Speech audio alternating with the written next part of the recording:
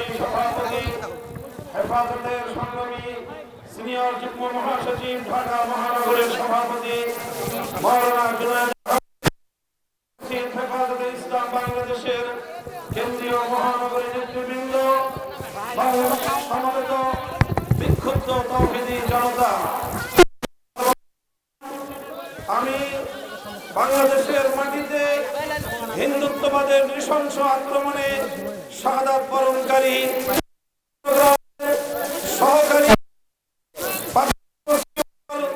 তরুণ আইনজীবী শহীদ সাইফুল ইসলাম আলিফের শাহাদাতের প্রতি শ্রদ্ধা জ্ঞাপন করে তার রূহের মাগফিরাত কামনা করছি এবং তার ছোট্ট কচি শিশু সহ তার শোক সন্তপ্ত পরিবার পরিজনের প্রতি আন্তরিক সমবেদনা জ্ঞাপন করছি। আজ এই বিক্ষোভ সমাবেশের মাধ্যমে আমরা আমাদের হৃদয়ের ব্যথাটুকু জাতির সামনে, মানুষের বিবেকের সামনে উপস্থাপন করার জন্য এখানে সমবেত হয়েছি। আমরা স্পষ্ট ভাষায় বলতে চাই, এটা আমাদের বুঝতে কোনো কষ্ট হচ্ছে না যে আজকে সুপরিকল্পিতভাবে একটি সাম্প্রদায়িক উস্কানির মাধ্যমে বাংলাদেশে সাম্প্রদায়িক দাঙ্গা বাঁধানোর পরিকল্পিত পায়তারা চালানো হচ্ছে। শহীদ সাইফুল ইসলাম আলিফের হত্যাকাণ্ডের ঘটনা নির্মম, শুধু বর্বর নয় বরং ঘৃণ্য এক হত্যাকাণ্ড। প্রকাশ্য দিবালোকে আদালত চত্বরে একটি সন্ত্রাসী সংগঠনের সশস্ত্র সন্ত্রাসীরা একজন তরুণ আইনজীবী সরকারি কর্মকর্তাকে টেনে হিচড়ে নিয়ে হত্যা করবে, এরকম বর্বরতার দৃশ্য দেখার জন্য বাংলাদেশ প্রস্তুত নয়। বাংলাদেশ আজ অগ্নিগর্ভ, বাংলাদেশের প্রতিটি মানুষের হৃদয়ে আজ রক্তক্ষরণ হচ্ছে। বাংলাদেশের অন্তর্বর্তীকালীন সরকারকে আমরা বলতে চাই, মানুষের এই ক্ষোভ, মানুষের হৃদয়ের রক্তক্ষরণকে আপনারা বুঝবার চেষ্টা করুন এবং যে সকল হত্যাকারী হিসেবে চিহ্নিত ঘাতকদেরকে গ্রেফতার করা হয়েছে তাদেরকেই শুধুমাত্র বিচারের আওতায় আনলে চলবে না। আমাদের স্পষ্ট দাবি হলো, এই ঘটনার নেপথ্যে যারা রয়েছে সেই নেপথ্য খুনিদেরকে বের করে মুখোমুখি হবে, তাদেরকেও বিচারের আওতায় আনতে হবে। শহীদ আলিফ হত্যাকাণ্ডের জন্য ইস্কনের স্পষ্ট মদতদাতা খুনি শেখ হাসিনাকে আসামি করে তার লেসপন্সরদের বিরুদ্ধে মামলা করতে হবে।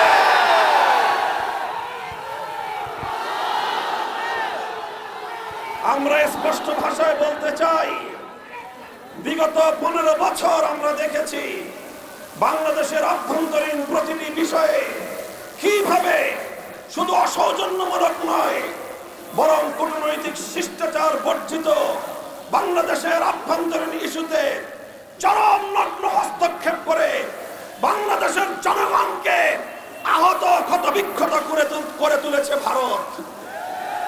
আমরা ভারত রাষ্ট্রের বাংলাদেশ নীতির তীব্র সমালোচনা করছি।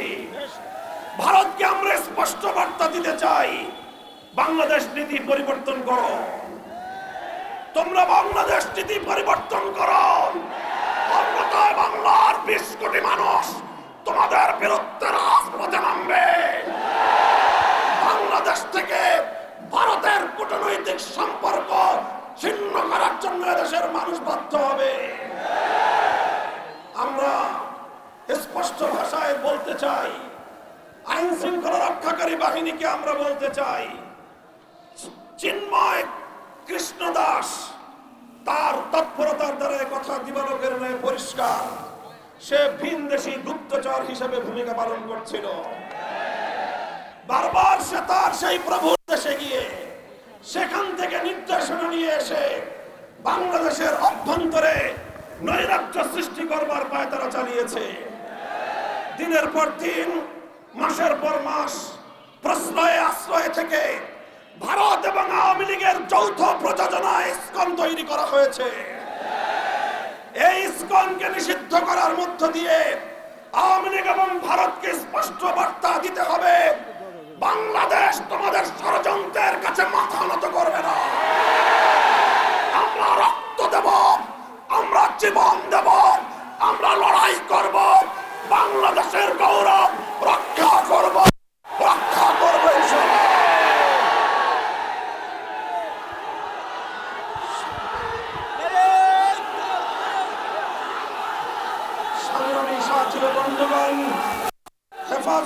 ইসলামের কেন্দ্রীয় নেতৃবৃন্দ সহ হেফাজতের প্রতিনিধি দল শহীদ সাইফুল ইসলাম আলিফের কবর জিয়ারত করেছে। তার শোক সন্তপ্ত পরিবার পরিজনের পাশে দাঁড়িয়ে তাদের কাছে আমরা কথা দিয়ে এসেছি, আলিফ হত্যাকাণ্ডের বিচার বাংলাদেশে হবে। শহীদ আলিফ যে জন্য জীবন দিয়েছে, ভারতীয় আধিপত্যবাদকে বাংলাদেশ থেকে রুখে দেওয়া হবে ইনশাআল্লাহ। ভারত যদি এখনো বাংলাদেশের মানুষের পালস বুঝতে ব্যর্থ হয়, বাংলাদেশের মানুষের বিপ্লবী ক্ষমতাকে যদি ভারত নেগলেক্ট করবার চেষ্টা করে, অসম্মান করবার চেষ্টা করে, ভারত তুমি খান হয়ে যাবে, টুকরো টুকরো হয়ে যাবে। পার্শ্ববর্তী কোন একটি দেশের সঙ্গে তুমি সুসম্পর্ক রক্ষা করতে পারোনি। প্রতিটি রাষ্ট্রের আভ্যন্তরীণ বিষয়ে হস্তক্ষেপ করে তুমি সার্ক অঞ্চল থেকে তুমি একঘরে হয়ে গিয়েছো। তোমার পাশে কোনো দেশ নাই। চারপাশ থেকে আমরা ক্ষুদ্র শক্তিগুলো যদি তোমার হাত পা নাক চেপে ধরি, তুমি দম নিতে পারবে না, নিঃশ্বাস নিতে পারবে না। বাংলাদেশের বুকের উপর দিয়ে তোমার সেবাদাসীকে বসিয়ে তুমি একতরফা ভাবে একটার পর একটা চুক্তি করে বাংলাদেশ বিরোধী সকল স্বার্থকে ধ্বংস করে একতরফা ভারত সকল স্বার্থ নিয়ে গিয়েছে। বাংলাদেশের বিরুদ্ধে ভারতের বিগত 15 বছরের সকল ষড়যন্ত্রকে আমরা নিন্দা জানাই এবং আবারও স্পষ্ট ভাষায় ভারতকে বাংলাদেশ থেকে পরিবর্তনের আহ্বান জানাই। আমি বলতে চাই, পলাতক শেখ হাসিনা, ফ্যাসিবাদী শেখ হাসিনা, খুনি শেখ হাসিনা অসংখ্য অগণিত খুন এবং হত্যাকাণ্ডের আসামি। বাংলাদেশের বন্ধু রাষ্ট্রের দাবি করে তুমি বাংলাদেশের এই খুনি আসামিকে মাসের পর মাস তুমি প্রশ্রয় দিচ্ছ। আবার এখন তোমার কোলে বসে সে বাংলাদেশের ইসকনের পক্ষে সাফাই গায়।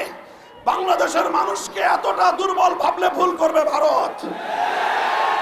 অতীতে আমাদের অনেক ঐতিহ্য রয়েছে, ইতিহাস রয়েছে। আমরা ছোট হতে পারি, আমরা ভীরু কাপুরুষের দল নই। যদি আমাদের উপর যুদ্ধ চাপিয়ে দাও, আমাদেরকে এভাবেই তুমি একতরফা হত্যা করবার চেষ্টা করো, যদি আমার জনপদকে আমার ভাইয়ের রক্ত দিয়ে যদি তুমি রঞ্জিত করো, তাহলে আমরা তোমার বিরুদ্ধে প্রতিরোধ গড়ে তুলব। আমরা সংগ্রামী সাথী ও বন্ধুগণ, হেফাজতে ইসলাম বাংলাদেশ দেশের সকল ধর্মপ্রাণ মুসলমানদের প্রতি উদাত্ত আহ্বান জানাচ্ছে। শহীদ সাইফুল ইসলাম আলিফের হত্যাকাণ্ড আমাদেরকে স্পষ্ট বার্তা দিচ্ছে, এই হত্যাকাণ্ডের মাধ্যমে বাংলাদেশে নৈরাজ্য সৃষ্টি করে রক্তের হোলি খেলা খেলানো, এটাই হলো বাংলাদেশ বিরোধী শক্তির অভিন্ন টার্গেট। কাজেই তাদের এই ষড়যন্ত্রের পাতা ফাঁদে আমরা পা দেব। আমরা কোনোভাবেই সহিংস কোনো কর্মসূচি পালন করব না। শান্তিপূর্ণ ভাবে টেকনাফ থেকে তেঁতুলিয়ায় আমরা তীব্র প্রতিবাদ এবং প্রতিরোধ আন্দোলন গড়ে তুলব। শান্তি হবে আমাদের হাতিয়ার, ধৈর্য হবে আমাদের সৌন্দর্য। শেষ মুহূর্ত পর্যন্ত আমরা ধৈর্য ধারণ করব। আমরা রাষ্ট্রকে বলবো, সরকারকে বলবো, চিন্ময়কে ভালোভাবে রিমান্ডে নিয়ে জিজ্ঞাসাবাদ করে বাংলাদেশ ষড়যন্ত্রের তথ্যগুলো করুন। শেখ হাসিনা তাকে কত টাকা দিয়ে তার সন্ত্রাসী বাহিনীকে দেশের বিরুদ্ধে লেলিয়ে দিয়েছে সে তথ্য উদ্ঘাটন করুন। ভারত তাকে বাংলাদেশের অখণ্ডতা ধ্বংস করবার জন্য বাংলাদেশে বারবার পাঠাচ্ছে, সেই তথ্যগুলো উদ্ঘাটন করে জাতির সামনে আপনারা বাংলাদেশ বিরোধী সকল অপশক্তির মুখোশ উন্মোচন করে দিন।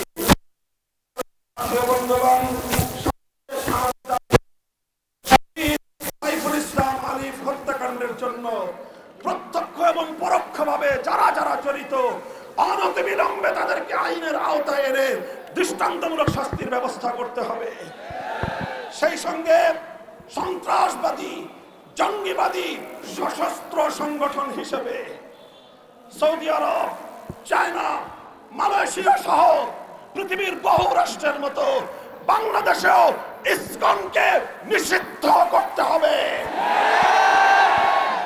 আমার পূর্ববর্তী বক্তারা বলেছেন, আওয়ামী বিরোধী আন্দোলনের সারির সম্মুখ কাতারের কোন কোন রাজনৈতিক দলের নেতারা মায়া কান্না কাঁদেন, স্বপ্ন দেখছেন ভারতের অনুকম্পা নিয়ে ক্ষমতায় যাবেন। আল্লাহর নামে শপথ করে বলেন, ভারতের আর কোন লেসপেন্সার বাংলার ক্ষমতার মসনদে আসতে পারবে না ইনশাআল্লাহ। কাজেই বাংলাদেশের জনগণের পাশে দাঁড়ান, ভারতকে নয় দেশের জনগণকে খুশি করুন। ইনশাআল্লাহ বাংলাদেশ সেই আধিপত্যবাদের যুগকে পেছনে ফেলে এসেছে। এখন বাংলাদেশ নিজের পায়ে দাঁড়াবে, মাথা উঁচু করে সামনে চলবে, সকল ষড়যন্ত্রকে মোকাবেলা করবে ইনশাআল্লাহ। ইসকনকে স্পষ্ট ভাষায় দাবি আমাদের নিষিদ্ধ করতে হবে। যদি এই দাবি আদায়ে সরকার অথবা বিচার বিভাগ যদি গড়িমসি করে, হেফাজতে ইসলাম বৃহত্তর কর্মসূচি দিতে বাধ্য হবে। আমাদেরকে সে পথে যেতে আপনারা বাধ্য করবেন না, সেই আশাবাদ ব্যক্ত করে বক্তব্য শেষ করছি। আগামী দিনের সংগ্রাম এবং যে কোনো উত্তাল সময়ে পাশে থাকবো উদাত্ত আহ্বান জানিয়ে ওয়া আখিরু দাওয়ানা আলহামদুলিল্লাহি রাব্বিল আলামিন। আসসালামু আলাইকুম।